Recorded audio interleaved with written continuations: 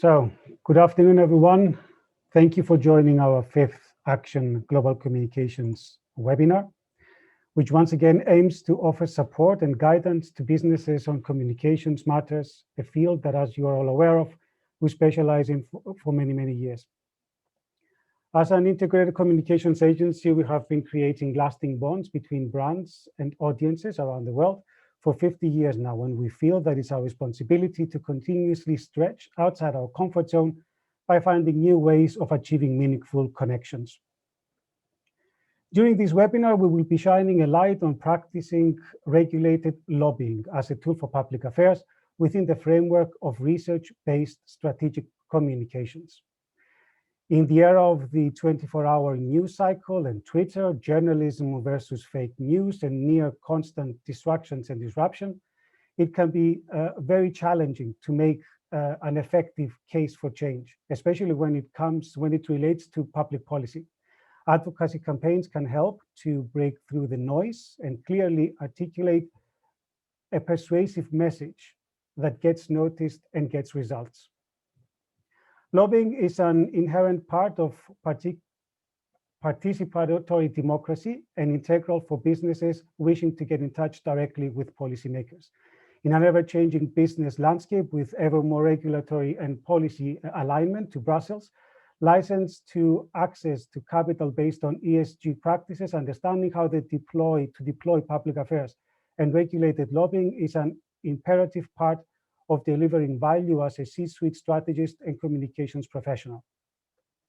In light of the upcoming bill to be voted in the Cyprus Parliament for the legislation of regulated lobbying, we discuss with experienced public affairs and comms professionals to get a clear understanding of what is lobbying, what are the best practices abroad, and how it can be practiced in Cyprus as part of a research-based strategic communications plan.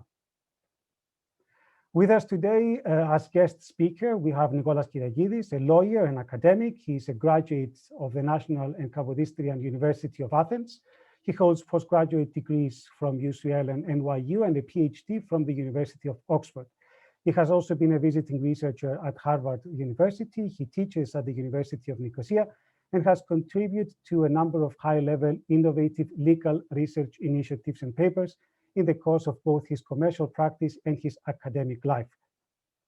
He is also a founding member of the nonprofit organization Oxygono. Also with us is Cleopatra Giti, a trusted source of insight and advice to leaders in business, government, and international organizations, with over 30 years of experience in the energy, financial services, FMCG, governments, and institutions sectors. Through her extensive experience in offering markets and facilitating license to operate for her clients, she has developed a methodology to broker sustainable solutions and trusted relationships. As a non-executive director, Cleopatra serves on boards of businesses with both an international and regional portfolio. She's the founder of the Mediterranean Growth Initiative, the only real data analysis and networking platform for the economies of the Mediterranean. Cleopatra is senior policy advisor to ELIAMEP, Greece's #1 European think tank, and lead on its Mediterranean program.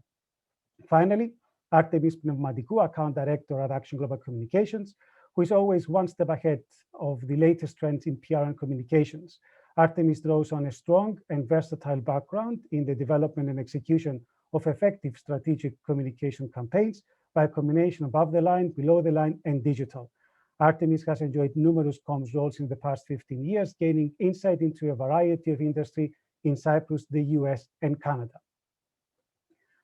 Now, before we begin, a few housekeeping notes. Before we begin, the webinar will feature a live Q&A with our three speakers too, so please feel free to type your questions into the relevant section you see on your screens, and we will address them once the presentations are completed.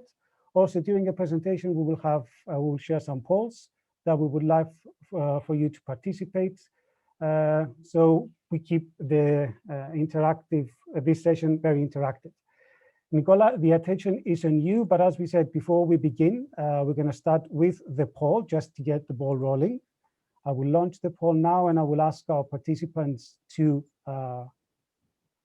share their thoughts. Our first question is, how clear is the term lobbying to you?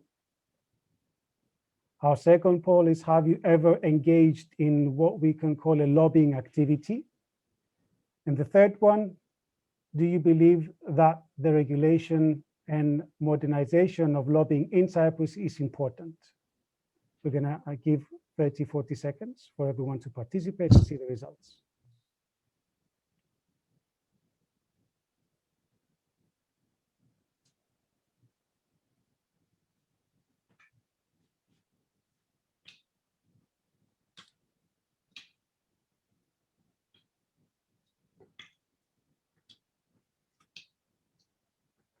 Interesting insights, Nicola. Can you see the results so far? Yep.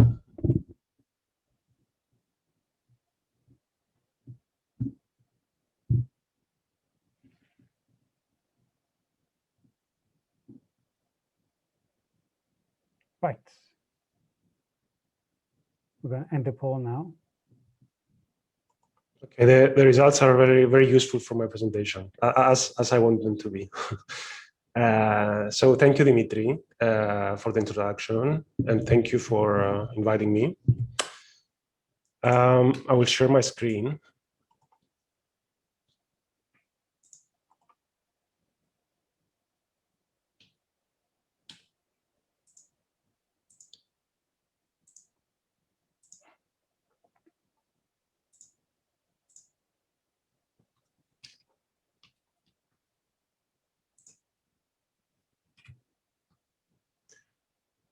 So yeah, it seems that the majority of people try and share the full screen so we can actually see the presentation better.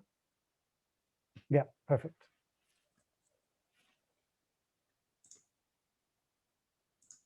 Now it's good. Now it's fine. Now it's good? Yep. Okay.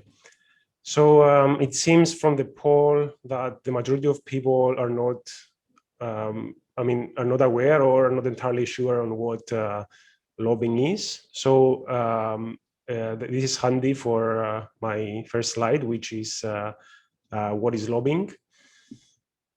So a common definition of lobbying is that it is every activity carried out with the objective of directly or indirectly influencing the formulation or implementation of the policy and decision-making process regarding legislative or regulatory activities. In a report carried by the BBC, a lexicographer of Oxford English Dictionary has shown that lobbying finds its roots in the gathering of members of parliament and peers in the hallways called lobbies of the House of Parliament in the UK. Before and after parliamentary debates where members of the public can meet their representatives. Another story holds that the term originated at the Willard Hotel in Washington, D.C., where it was supposedly used by President Grant to describe the political advocates who frequented the hotel's lobby to access Grant and then tried to buy the president drinks in an attempt to influence his political decisions. So this is basically the etymology of the word lobbying. Lobbying is a complex area, and for those who engage in it, it often involves having sound knowledge of politics, the business world, communications, and of course, the law. Governments define and regulate organized lobbying as part of laws, and this is tied to the prevention of political corruption and transparency. And a common method is the establishment of a public lobbyist register, for which I'm going to talk about in a few minutes. So from what is lobbying now, we proceed to the benefits of lobbying. Why lobbying is useful. It's not always the case, but if it is conducted in a correct way, it proves to be extremely useful for various reasons. The first reason, it is that it is an inherent part of participatory democracy. I should say here that one of the 10 most serious threats, according to a report prepared by Facebook, is government, the problems posed by governments. An international business is operating in many countries with varying and fluctuating politics and concepts of privacy and online rights. And that makes it vulnerable, not only to tax laws, which is something that is also timely, but also to complex regulations evolving simultaneously in countries around the world. Changes to such laws could result in claims, changes to business practices, increased cost of operations, or declines in user growth or engagement, or otherwise harm their business. So, moreover, as we said, lobbying is an inherent part of participatory democracy. What does this mean? For government to succeed and protect the rights of its citizens, the citizens must participate. Lobbying is a way for our citizens to do that. Lobbyists represent the interests of citizens who do not have the opportunity or access to represent them personally to the government. Through lobbying, their interests are still heard. Secondly, lobbying helps to cover any gaps in knowledge that politicians, policymakers, decision makers have. With each issue brought to legislative attention, lobbyists present research and facts about their issue, and then try to persuade the government into action. Lobbyists, additionally, will bring the best, most thorough knowledge, at least this is what they should do, the best and the most thorough knowledge and expertise to an issue, as the issue they lobby for is their sole interest and reason for employment. Policy decisions made with the best possible information are, of course, a benefit to both the lobbying groups and a legislature's constituents on the whole. And thirdly, it is important for a productive government. We complain in Cyprus and other countries that our government is not very productive, it's very slow in implementing laws. Lobbying is performed by individuals or groups to pressure governments into policy action, and this helps in more speedy and more qualitative legislation. Lobbying in the European Union. I think Cleopatra will talk about lobbying in the United States in a while. I'm going to say a few things about how lobbying is conducted in the European Union. In the context of the European Transparency Initiative, which was introduced in 2005 by Commissioner Kallas, the European Commission introduced the voluntary register of lobbyists in the European Union in June 2008, so before 13 years. The so-called transparency register of both the European Parliament and the Commission was established 3 years later in June 2011. The registration is not mandatory. However, it is a precondition to accreditation and physical access to the buildings of the European Parliament. The objective of this joint transparency register is to increase transparency of the EU lobbying system by enabling public inspection of the lobbying process itself, including an insight on who the lobbyists are that try to shape EU governance and whose interests they represent. Organizations, as well as private actors and individuals, can register in one of the 6 broadly composed categories of the transparency register. These include law firms, trade and professional associations, and non-governmental organizations, and organizations which represent interests of local, regional, or communal authorities and other public institutions. Moreover, during the process of registration, the applicant must provide certain information which is published on the website of the Transparency Register. And this includes their main office, their particular ambition, mission, and interests, memberships, clients, and an estimate of financial resources, including received EU funding. By registering, applicants agreed to a unitary code of conduct. Some statistics from 2016, I couldn't find any more recent statistics. Regulating lobbying is a rather recent concept in the majority of the member states. So now we're moving to a member states level. Currently, only 7 member states. Currently, I mean in 2016, I think this is probably still the case. France, Ireland, Lithuania, Austria, Poland, Slovenia, and then the United Kingdom, which was a member, had legislation on lobbying activities, as well as mandatory register of lobbyists. Hungary's earlier legislation on lobbying and register were revoked in 2011. Excuse me. The most recent law has been adopted in France in November 2016, and only codes of conduct provided for in-law or by lobbyist organizations are included in the table. In some countries, there are ethical codes of public relations and consultancy agencies, but these are not included. The other member states, including Greece and Cyprus, have still no legislation, code of conduct, or register of lobbyists. Latest developments in Cyprus. Lobbying is not defined anywhere within Cypriot law.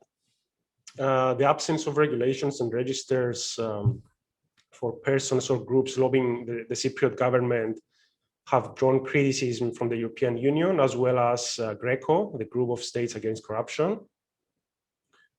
The proposed bill on transparency in the public decision-making process and related issues, this is how the proposed bill is called, which will regulate lobbying, is currently before Parliament since many years ago. The latest information is that it has been agreed in the previous Parliament, but there has to be an agreement regarding another bill introducing the Independent Authority Against Corruption, where there is no consensus, and this bill regulating lobbying cannot pass before this authority the bill introducing this authority passes as well. According to the bill, lobbyists, according to the latest draft, according to the bill, lobbyists must apply to be included to a register. Private citizens as well as trade unions are not considered lobbyists, and trade unions such as OEV or SELC or the Banks Association are those who are currently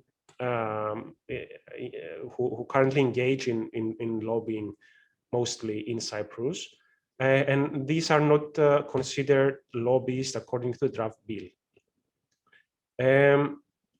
Again, according to the bill, each registered person submits to the Independent Authority Against Corruption every first fortnight of March and every first fortnight of September of each year a semi-annual report in relation to any involvement in public decision-making process during the previous semester of the calendar year.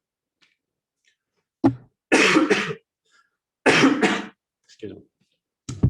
And finally, I want to talk about a few further initiatives that we're currently working on. And when I say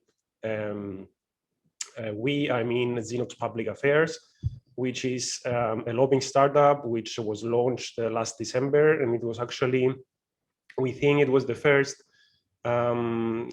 enterprise which openly says that it engages in political lobbying in Cyprus, although there are many people who actually do lobby, but this word has not been very common in the business world in Cyprus, and we think that it should be. Well, firstly, Oxygono is an NGO which was founded about 10 years ago, and it organizes certain events for discussion on public policy topics, and whatever conclusions or commitments by politicians come out of these events we later lobby them pro bono to policymakers. Secondly, the Cyprus Forum, which was an initiative by Oxygono in association with the Delphi Economic Forum, was launched last October. This year, we're holding the second one on October 2nd. And the objective, the mission of this forum is to bring closer politicians, experts, business people, academics, active citizens, basically all players that should engage in public dialogue and let them discuss about provocative and interesting topics that should be discussed in the public dialogue. Thirdly, the Nomo platform is a platform which gives access to what's happening inside the parliament. It has all the pending bills, and we're now moving to phase 2 soon. The platform will have some summaries of the most important bills that are before the parliament, and will give information on the latest developments, so that it gives an opportunity to citizens and companies to have an idea, both Cypriots and non-Cypriots, to people outside Cyprus, have an idea of the stage that every pending legislation is at. And we are working together with the Vouli Watch. This is another it's another watchdog in Greece. And also, we want to do something similar to A. A is a platform, the platform of the European Parliament. A in French means I, and this is exactly what it does. Fourth, public consultations. An integral part of lobbying is public consultations. So ministries or other authorities who are want to do a change in the law or introduce a new law should engage in public consultations, where they should invite all players who are interested in stating their opinion, and then they should gather these opinions and try to accommodate them to the new legislation wherever fit. And actually, in other modern democracies like the UK and other countries, there is a very thorough and developed process of holding public consultations. And I think Cyprus should look at these examples and follow them. And finally, since lobbying, we think that there is much scope in professionals engaging in lobbying. And in light of the passing of the bill, hopefully soon, by the new parliament, we think that it is very important that lobbyists have a professional body. And there is one actually called Lobbyists and Public Affairs Professionals. It has been around for 1 or 2 years, and now we're trying to make it more active, as I said, in light of the regulation of lobbying by the parliament. So that's it from me, and thank you. Thank you, Nicola. Very interesting. Now it's time to listen to Cleopatra's insights. Well, hello, and thank you, Action and Nicolas, for inviting me today to share some of my experience in the US, in Europe, in the Middle East, and a bit in Africa. Let me just try and share this presentation. Perfect. Thanks. So the terminology that I have used over the years when it comes to discussing regulation in context of leadership, governance, competitiveness, and the wider good is public affairs and government relations. In fact, when we were preparing for this discussion, we had this conversation about using the terminology lobbying. lobbying has been the traditional sense back in the 70s and 80s, when, especially in America, groups of organized citizens or businesses wanted to influence regulation and policymaker at Capitol Hill, combining influence at the White House, but also other institutions in America. The same was happening in Europe, but not to this extent. In the 90s, the profession evolved to name itself government relations, mostly in the US, public affairs in Europe. I'll speak about my experience, having worked predominantly in Europe, but also advising American multinationals entering new markets, mostly in the Middle East, in the Balkans, in Southern Europe, and in Africa. I think that the very first principle why a government, or because governments lobby other governments, or governments lobby multilateral institutions too. I've worked on both sides of the platform for governments, raising their voice in multilateral sort of fora, but also for international organizations. But the number one rule, or let's say critical choice when somebody engages in public affairs is ethics.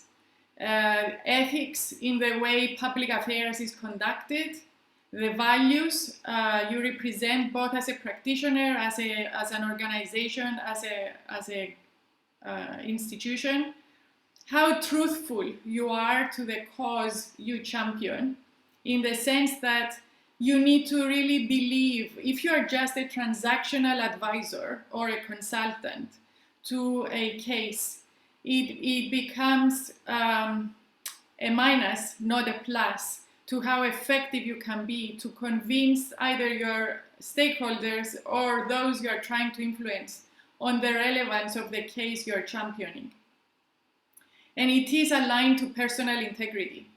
At least my clients would choose my company or my team because we had a reputation of the integrity, of a quality of work, that both the data we presented or the case we built was sitting on robust data and evidence that was based on integrity.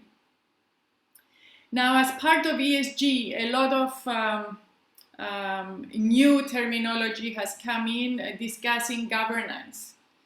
The points of view that a public affairs campaign proposes needs to be based on credible and transparent and truthful information.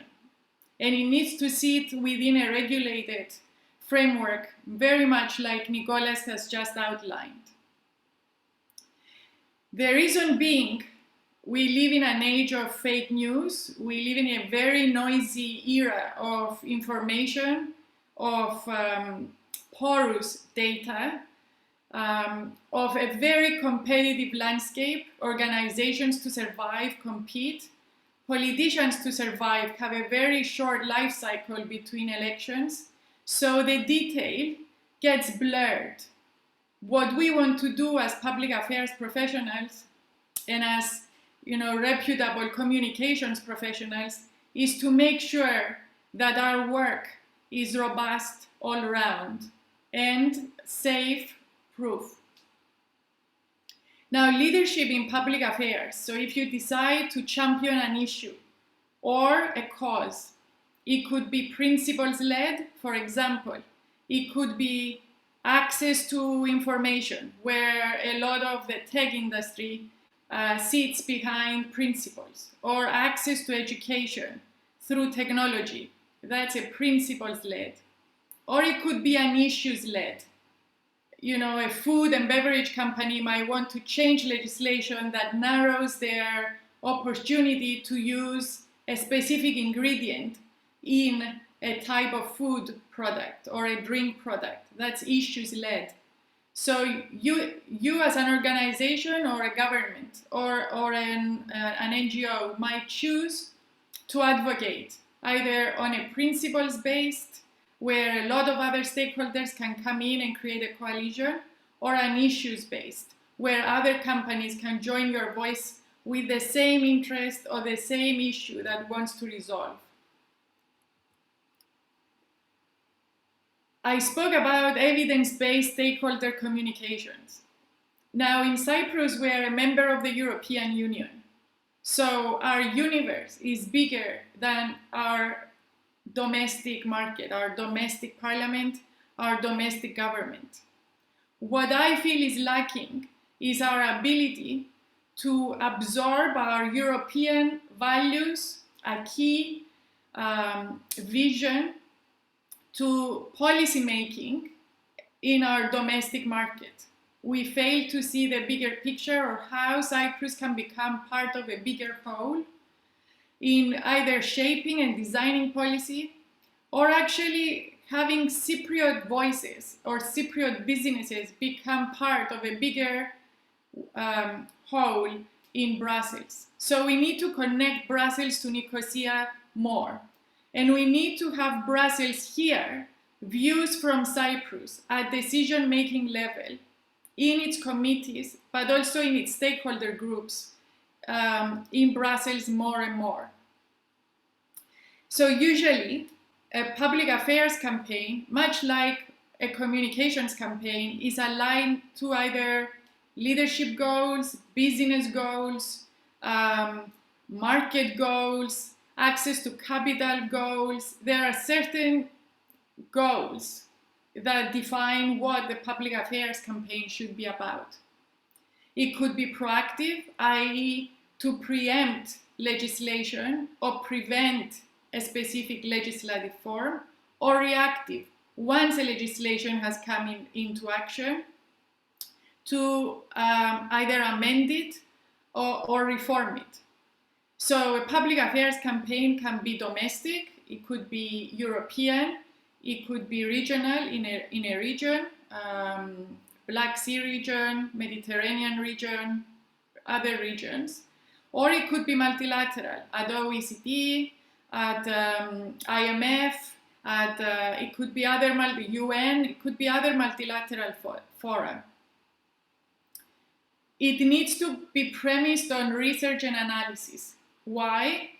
Not only to create evidence, but it needs to fit a certain model of campaigning where you know your starting point, you know where you need to go, and then you need to measure results. It needs good analysis, and it needs to tell a good story. So it's not just about, this is where communications comes in. It needs to be, in a very succinct way, you need to be able to tell a story that engages your audience, that can repeat the key messages in a very easy and communicative way.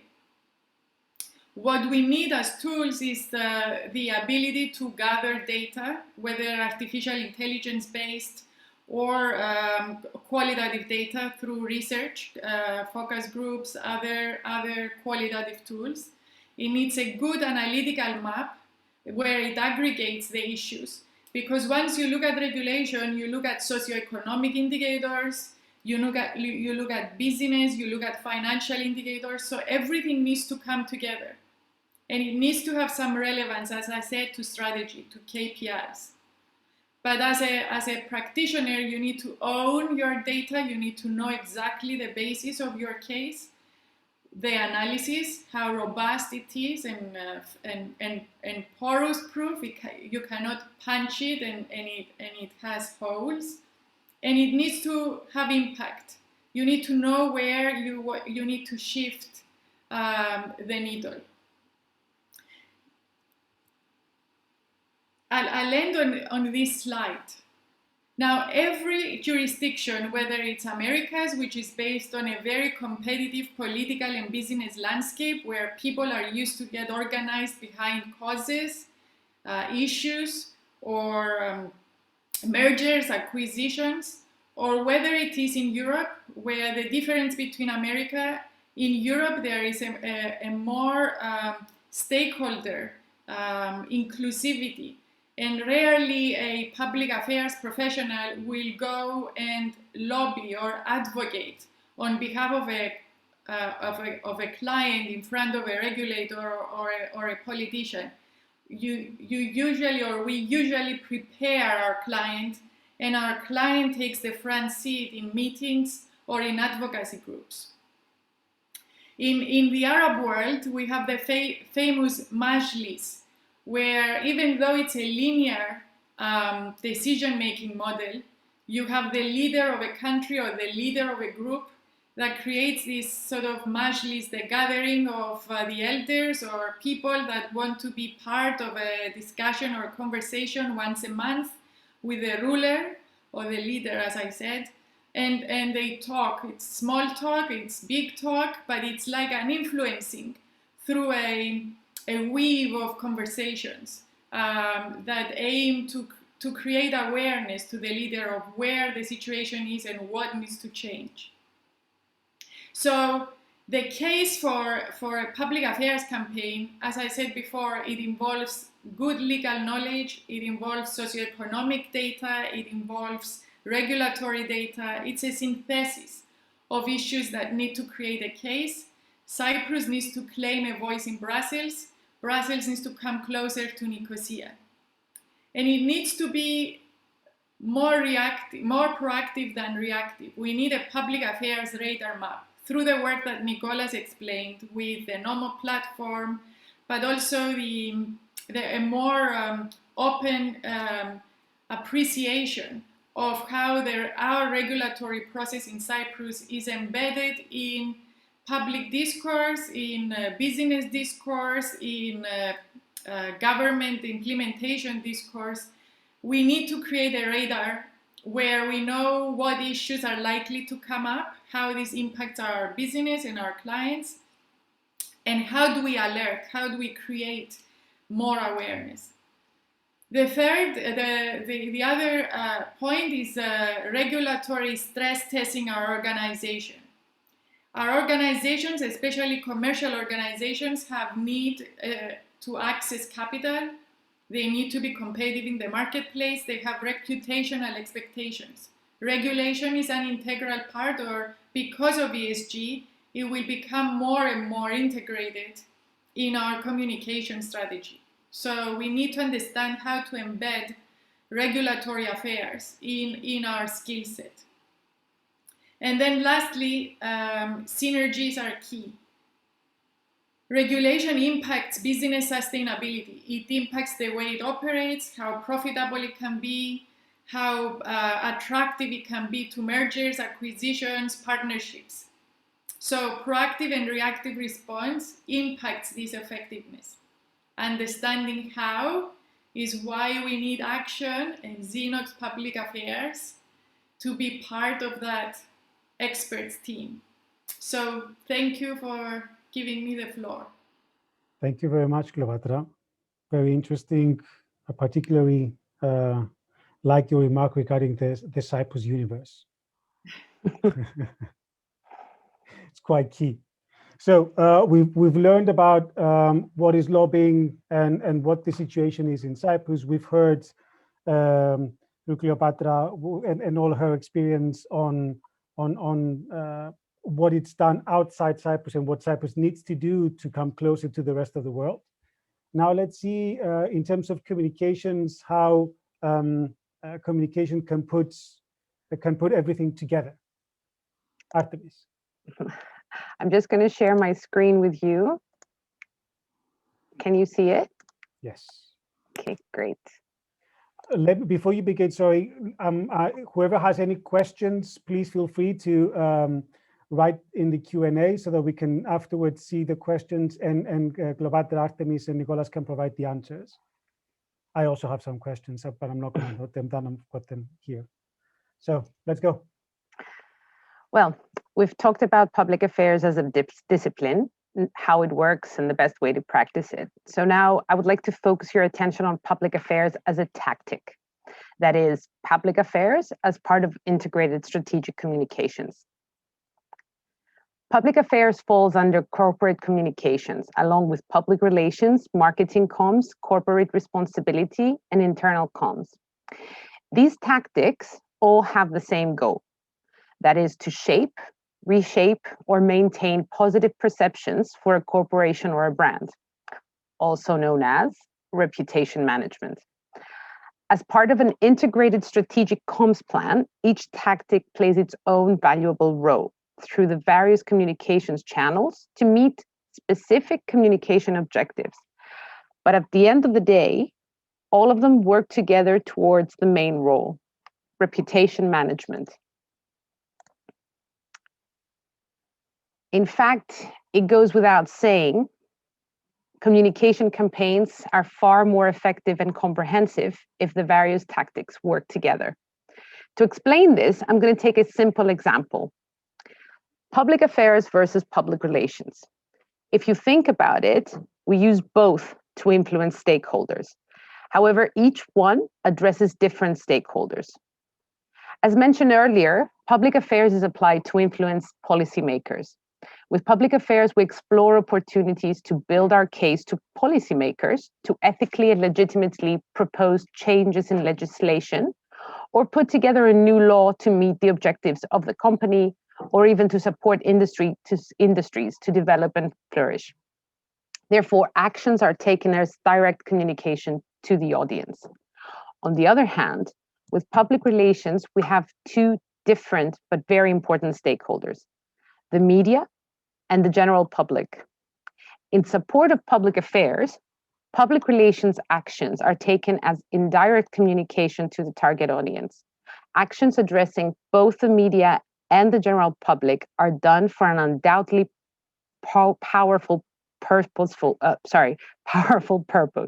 and that is leverage. Leverage is in supporting your case, leverage in strengthening your messaging, leverage in influencing public policymakers. So let's take the media for starters. The media have traditionally been perceived as the multipliers, the ones that take your message and broadcast it widely. They are the ones that help repeat your message in different channels that your main target audience is exposed to. Through this, the media help shape perceptions around your company. And for this reason, we must ensure that the media broadcasts the right message. If they don't get it, they can't communicate it right. And that can create confusion around your case or your company. It can weaken your argument. It can create false assumptions, thus shape the wrong perceptions around your company. The media must have a clear understanding of the case. You must build your case to them through research, facts, and evidence. We must ensure that they broadcast the right message, the same message the policymaker is getting directly from you. Now, as far as the general public goes, first of all, the public is the one that's creating the demand. If there's strong demand for your product, then you have succeeded. And in this case, that demand is a strong point of leverage. The public's role, though, does not end there. With that demand comes sharing experience and vouching, also known as word of mouth. The unique selling point of any product is the recommendation they get from a friend or a family member. However, in the last decades, word of mouth has gone to another level. It has expanded its reach as people have become their own form of multipliers, a very powerful pool of opinion leaders that can make or break a product, a company, or even a human being. Nowadays, perceptions are shaped online, in social media, in groups, in chats, in forums, and so on. I am sure you can imagine what that would mean for a company if the public had the wrong information about it. What would happen if the public didn't understand your case, if your messaging was not delivered right to them, or how that message was decomposed from one person to the other. Misinformation or no information at all is your biggest enemy. And I believe that the pandemic has highlighted this more than ever before, which takes us back to building your case right to all stakeholders. policymakers, media, and the general public, as one supports the other. Build your case right by developing a comprehensive strategy based on a detailed situation analysis research, by defining where you are and where you want to be and what is keeping you from being there. Understand your audience and strategically choose the approach you are going to adopt. Formulate a time-specific plan with all necessary and appropriate tactics and actions based on your needs and objectives. Define measurement tools that will help you monitor the results of your efforts and will help you optimize. Invest time and effort on how you will communicate your argument. What do I want to tell them? What makes sense to them? What do I expect of them? Build your case right by sharing research-based fact and evidence, by simplifying your messaging, tailoring it in a way to be understood by all stakeholders, by ensuring consistency of your messaging to all your stakeholders so that you build and maintain your credibility. And finally, by following up. Communicate, engage, keep them informed so that they don't lose track, so that they don't create their own assumptions, so that they keep believing and broadcasting the right message. But after all, good communication is the bridge between confusion and clarity. Thank you. Thank you very much, Artemis. Very, very interesting. I think we should all unmute now and have a discussion. We've got about 10 minutes before we complete our webinar, just to keep the 1 hour that we promised. One question for everyone, maybe more specifically for Nicolas and Cleopatra. Lobbying has been around for many, many, many years. Why has it taken it so long for Cyprus to regulate it? And it still hasn't, because obviously this is something that's still in the progress. Well, maybe Cleopatra, do you want to refer to some initiatives that have taken place in the 90s? I mean, what we were discussing with Cleopatra is that there has been some efforts when Cyprus was preparing to enter the EU. And but then for many years these did not move forward. And I mean, in my view, it seems that you know, there have been a lot of corruption scandals in Cyprus, and there was some pressure to the government and to the Ministry of Justice, I think 6-7 years ago. And as far as I learned, the previous minister, Mr. Ioannides Nikolaou, he was the one who brought the bill forward.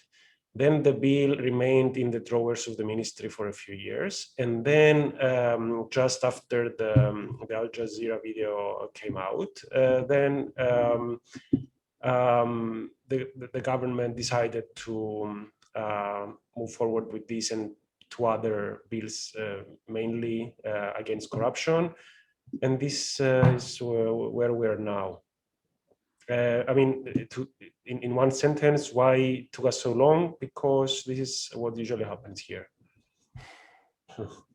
Yeah, we're not going to say this is that someone else said, because that's not relevant. Yeah, in the early 90s, it was an attempt to, when Cyprus applied to join the EU, I think there was a realization by the then government that we needed to understand how Europe makes decisions. So how do we need to prepare? How can we influence public opinion? Because back then it was a membership of 10 countries. Cyprus was in that pack. And there was a lot of resistance by the existing member state citizens to include 10 more new countries into the EU. So Cyprus needed to have a voice, prove a case that it was an important part, that it would do its work and raise its reputation, that it should join Europe.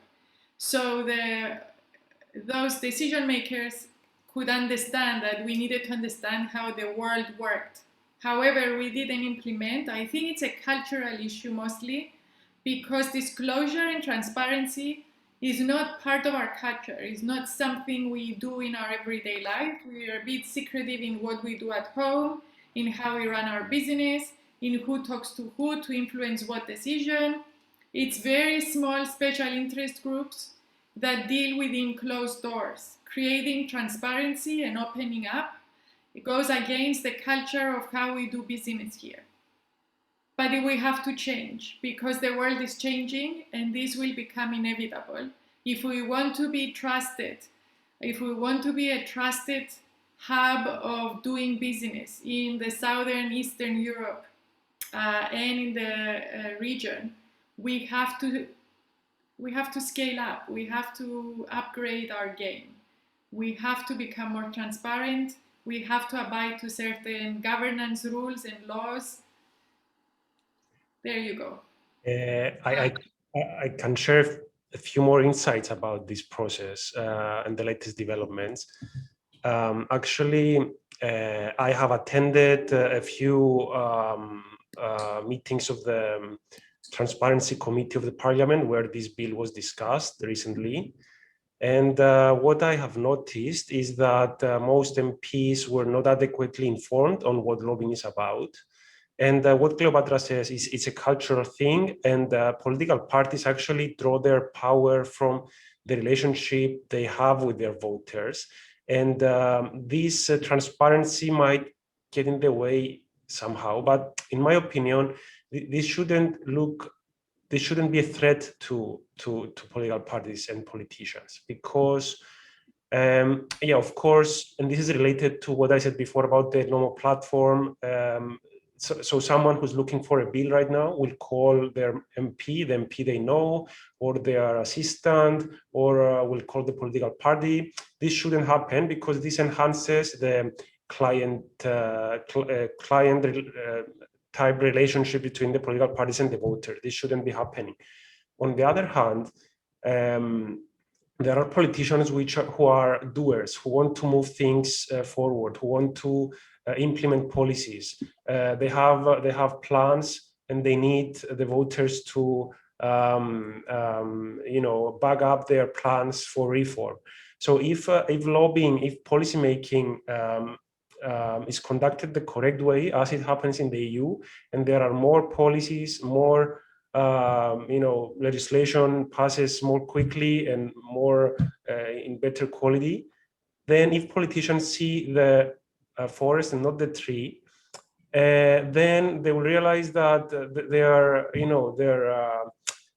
what their voters, how their voters see them will improve when they become more productive if we switch to this model. This is my view, this is my interpretation. And another thing, so some MPs were very reluctant about this, again, during the discussions in the parliament, and they were actually saying, there's so much bureaucracy now in Cyprus. Why do we need more bureaucracy? Why do we need our meetings to be, registered and transparent?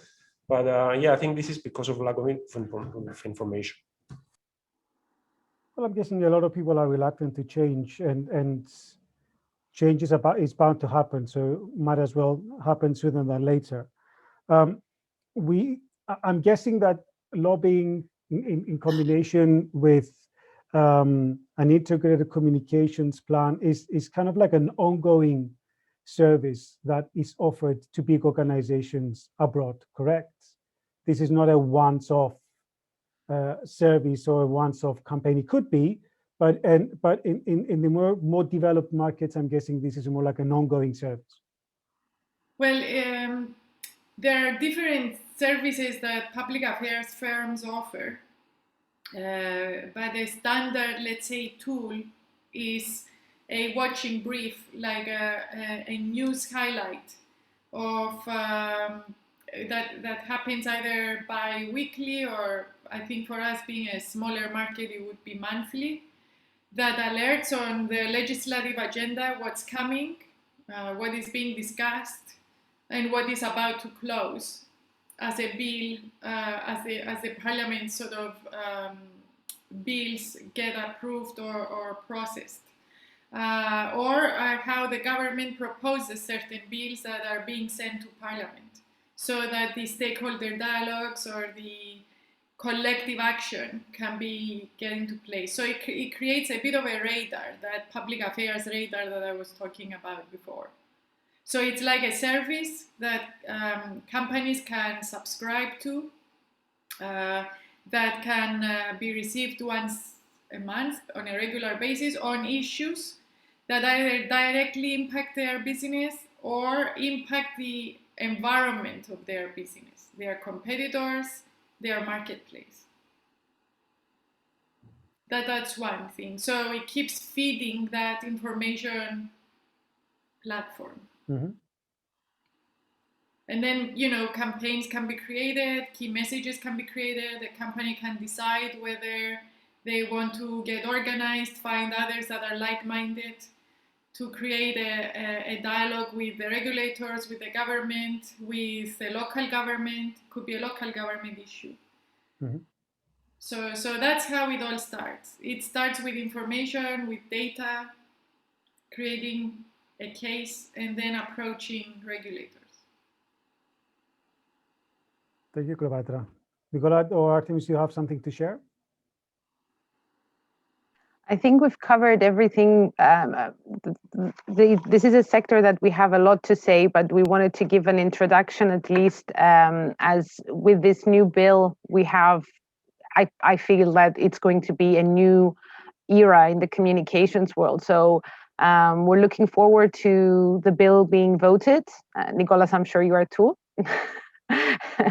And Cleopatra. It would be good to have more transparency in the sector, so we can all, as comms professionals and as public affairs professionals, do our job the way we should be doing it.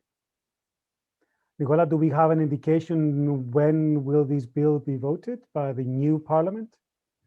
The new parliament starts tomorrow. We're gonna find out who the new president will be, and we'll probably hear more developments in the coming weeks. Hopefully, it will be high in the agenda. All three bills related to anti-corruption transparency. One is regulation of lobbying. Two is the independent authority against corruption, and three is whistleblowing. And these three, the package of these three bills was supposed to pass before the parliament was dissolved, the previous one. They didn't pass, and hopefully it pass soon. I don't know, do we want to just mention the results of the poll? It might be interesting. So the first question, how clear is the term lobbying to the participants? 54% said, I don't know, or I'm not entirely sure. Then, have you ever engaged in what we can call a lobbying activity? So 53% said never, 33% said a few times, 13% many times. And do you believe that the regulation and modernization of lobbying is important? We had an 80% agree.